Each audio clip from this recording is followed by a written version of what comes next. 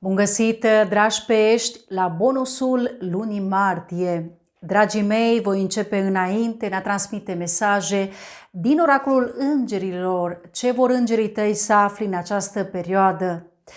Toată de asemenea îți reamintesc că această citire este valabilă pentru toți cei care aveți luna, soarele sau ascendentul în zodia pești. Doresc să urez la mulți ani cu multă sănătate sărbătoriților din această perioadă. Fiți binecuvântați, dragii mei, și să aveți parte de o lună minunată, așa cum este sufletul vostru, blând, sensibil și bun.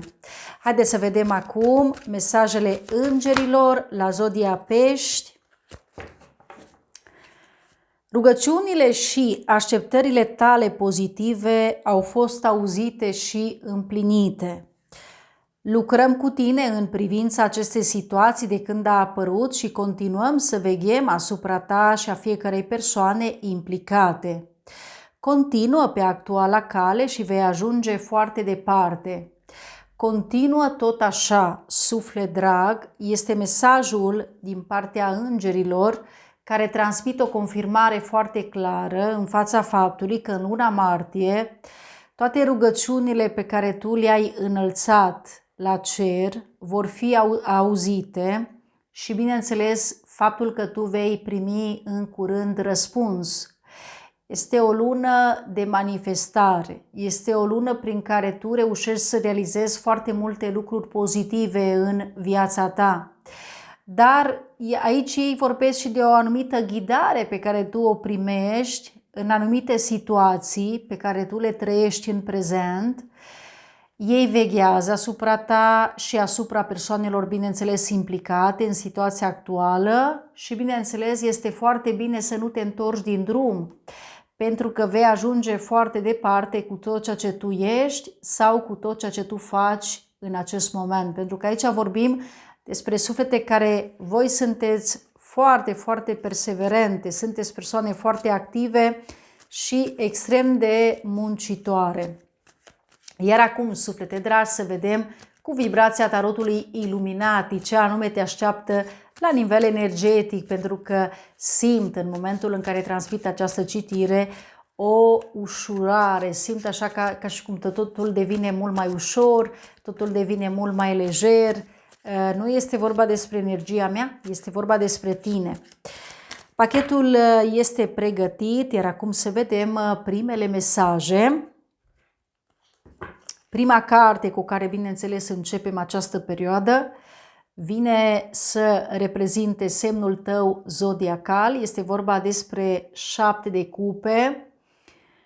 Numărul 7 la nivel spiritual simbolizează această legătură pe care tu o ai cu divinitatea, semnele pe care tu le primești, senzațiile, emoțiile. Tu ai un suflet foarte, foarte sensibil, primești anumite semne poate prin vise premonitorii. Trebuie să știți un lucru foarte important, dragii mei. Nu întotdeauna tot ceea ce visăm poate să aibă un sens important, dar sunt și vă garantez anumite vise care acestea pur și simplu schimbă totul în tine, da? Nu știu dacă vreodată tu ai experimentat, de exemplu, să te trezești într-o dimineață și să ai pur și simplu senzația că ești cu totul și cu totul o altă persoană, da? Deci ca și cum o înnoire, o regenerare, o transformare. Acelea sunt semnele foarte clare că nu este nevoie de ceva material cu care noi să intrăm în contact ca să putem să beneficiem de toate lucrurile pozitive pe care îngerii, poate Dumnezeu, divinitatea ți le transmit, ci mai degrabă în momentul în care corpul se odihnește și în momentul în care mintea aceasta rațională este complet adormită și sufletul poate să se miște în consecință. Am menționat acest aspect datorită faptului că 7 de cupe înseamnă, poate să mai fie, de exemplu, că în curând, dacă pentru ceva anume simți o anumită nelămurire sau ai o anumită confuzie sau poate să predomine o anumită îndoială, nu știi cum să procedezi sau cum să faci în situația dată, pentru că tot ceea ce tu ai în fața ta este important pentru tine, da? Fiecare cupă în parte reprezintă ceva simbolic, ceva reprezentativ.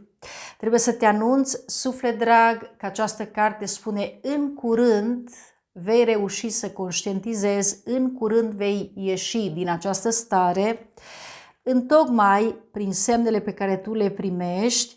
Și aici avem 4 de monede. Este următoarea carte care poartă o influență esențială al elementului de pământ, prin care aici, în această imagine, pur și simplu putem să vedem o persoană care și-a așezat totul în ordine, atât la nivelul gândurilor, cât și la nivel material. Este foarte bine să știi foarte clar tot ceea ce tu ai de înfăptuit, exact așa cum 4 de monede ne arată în acest moment. Această carte vorbește despre schimbări, despre anumite circumstanțe sau priorități noi care se deschid în calea peștilor.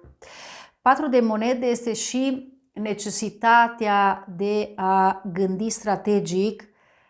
Te văd prin energia aceasta, faci planuri, analizezi, ești foarte strict pentru că luna Marte, chiar dacă este luna ta, chiar dacă este ziua ta de naștere, chiar dacă toată lumea poate sau prietenii sau familia îți urează la mulți ani, cu toate acestea peștii nu apar într-o vibrație de o energie a exagerărilor, da? În tot ceea ce vei face, în tot ceea ce tu interprinzi, apari sub o vibrație foarte așezată, de maximă prudență și, bineînțeles, fără să exagerezi într-un anumit fel, pentru că în 4 acesta de monede spune situația ta nu este nici foarte, foarte, nici prea, este o situație în care, bineînțeles, te menții cumva, da? Deci predomină situația aceasta a echilibrului, a stabilității. 9 de bâte, suflet drag, acolo în prim plan putem să vedem o persoană care poate să aibă o structură foarte, foarte puternică. Poate să fie vorba despre cineva care iubește mișcarea, cineva care face sport sau cineva care își lucrează musculatura sau care, de exemplu, conștientizează că structura musculoasă a corpului este extrem de importantă pentru a putea menține corpul sănătos. Deci această carte ne spune că tu simți că este momentul să treci de partea cealaltă a învingătorilor, nu că n-ai fi fost până astăzi în prezent, întotdeauna ai fost în partea respectivă, doar că poate nu te-ai afirmat cu același curaj. Cum știm că zodia pești este un semn mai discret, da? Deci nu-ți place să vorbești foarte multe lucruri intime despre propria ta persoană. Prin natură, prin esența ta, ești o persoană mai atentă, mai prudentă. Asta, bineînțeles, pentru că această carte spune drumul tău nu a fost presărat a fi, în esență, foarte, foarte ușor.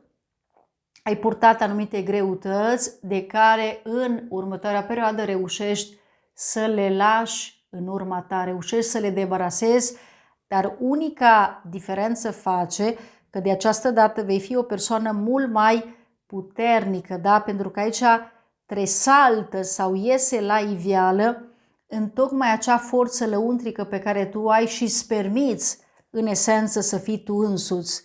Deci aici se vede că zodia pești se află într-o poziție ca și cum oricând pregătit să facă tot ceea ce este necesar pentru a putea păstra acest echilibru de care tu ești atât de interesat sau interesat. Avem prezența pentru tine, suflet drag, cea a regelui de monede.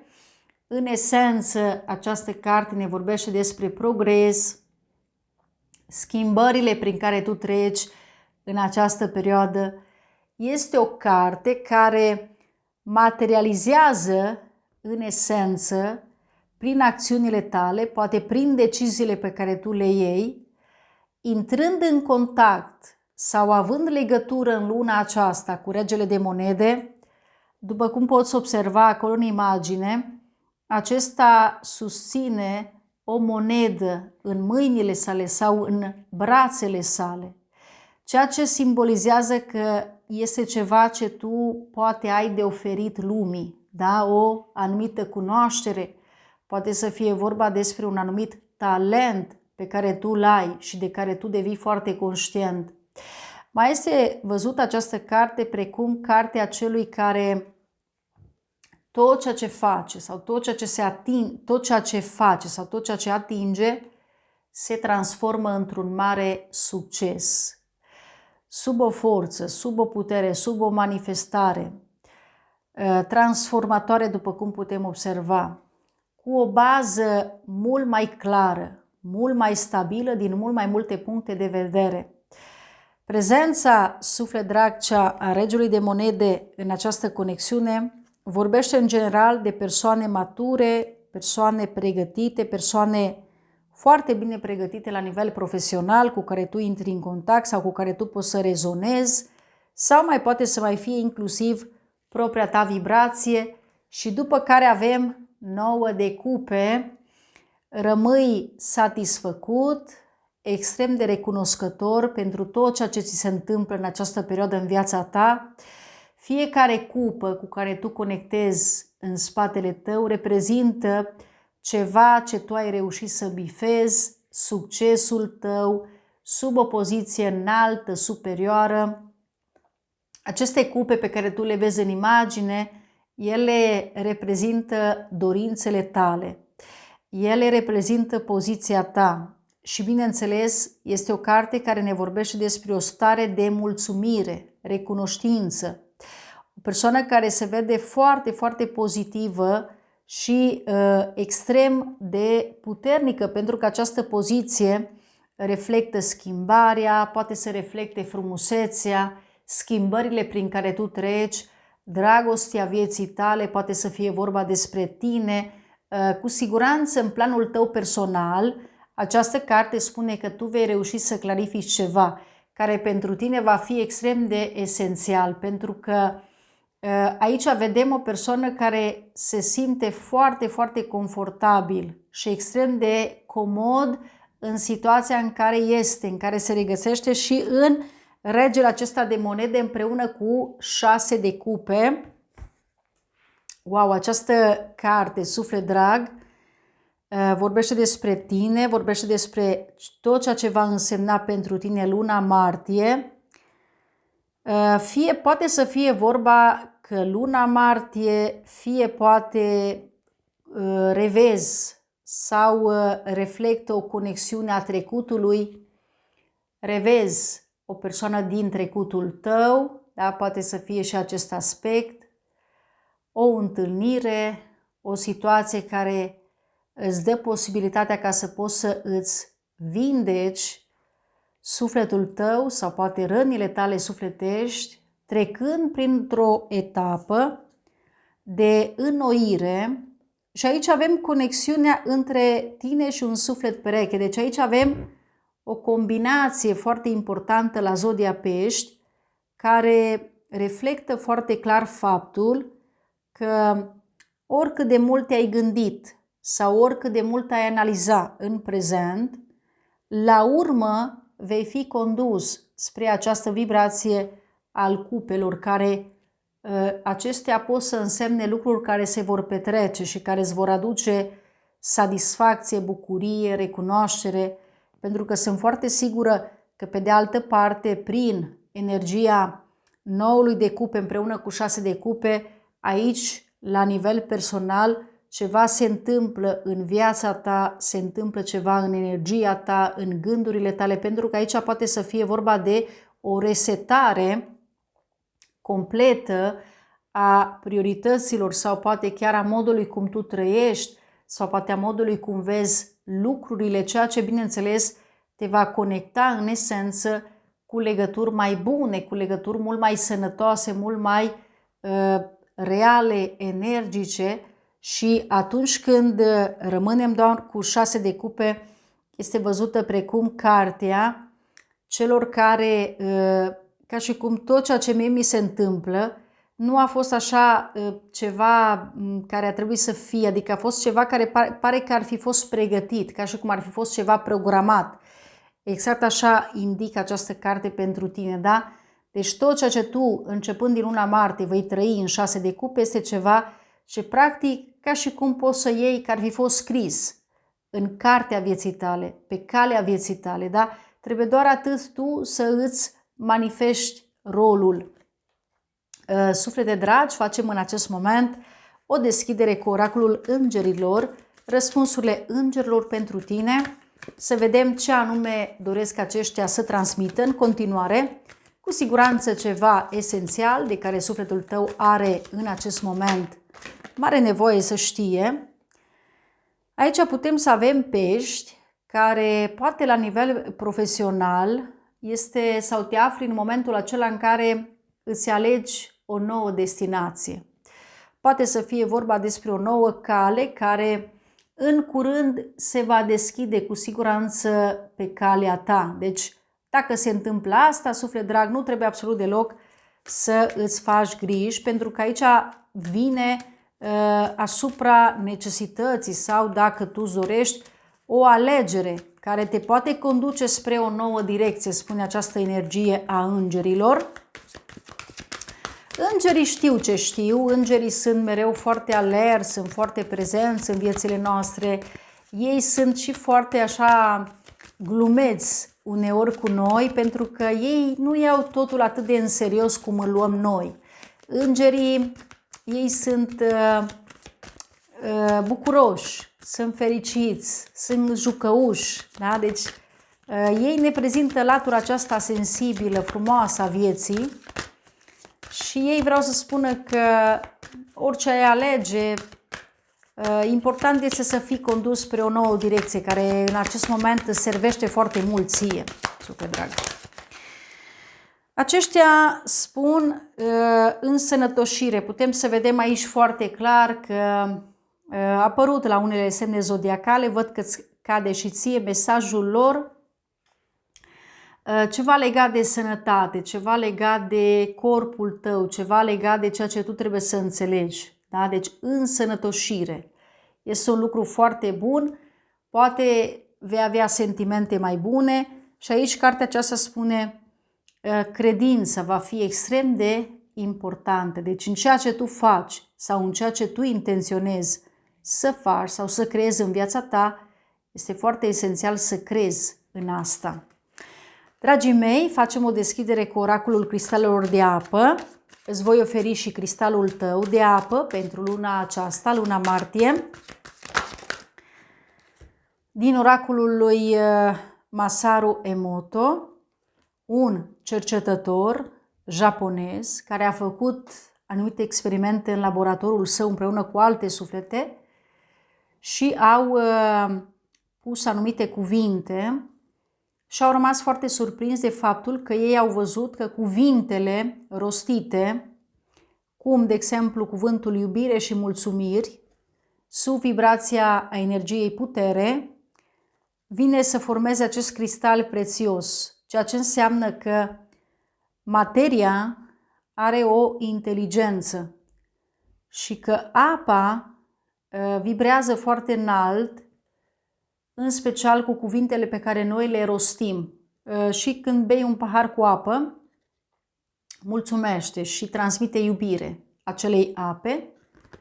Și asta înseamnă, deci cristalul care formează apa respectivă este acesta, ca tu să poți să conștientizezi inteligența aceasta care există în orice lucru înfăptuit pe acest pământ, care poate să țină de pământ, poate să țină de apă, poate să țină de aer, poate să țină de tot ceea ce pe noi la nivel vibrațional ne înconjoară. Deci, când știm asta, suntem mult mai atenți cu ceea ce noi rostim și cu cuvintele pe care noi le spunem, suflete dragi.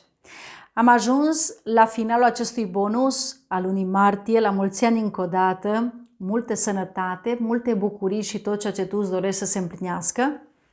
Dacă ți-a plăcut această citire, poți să dai un like. De asemenea, apreciez comentariul tău, mi-ar plăcea să aflu Ce părere ai tu privind această citire, dacă ai rezonat sau nu cu ea.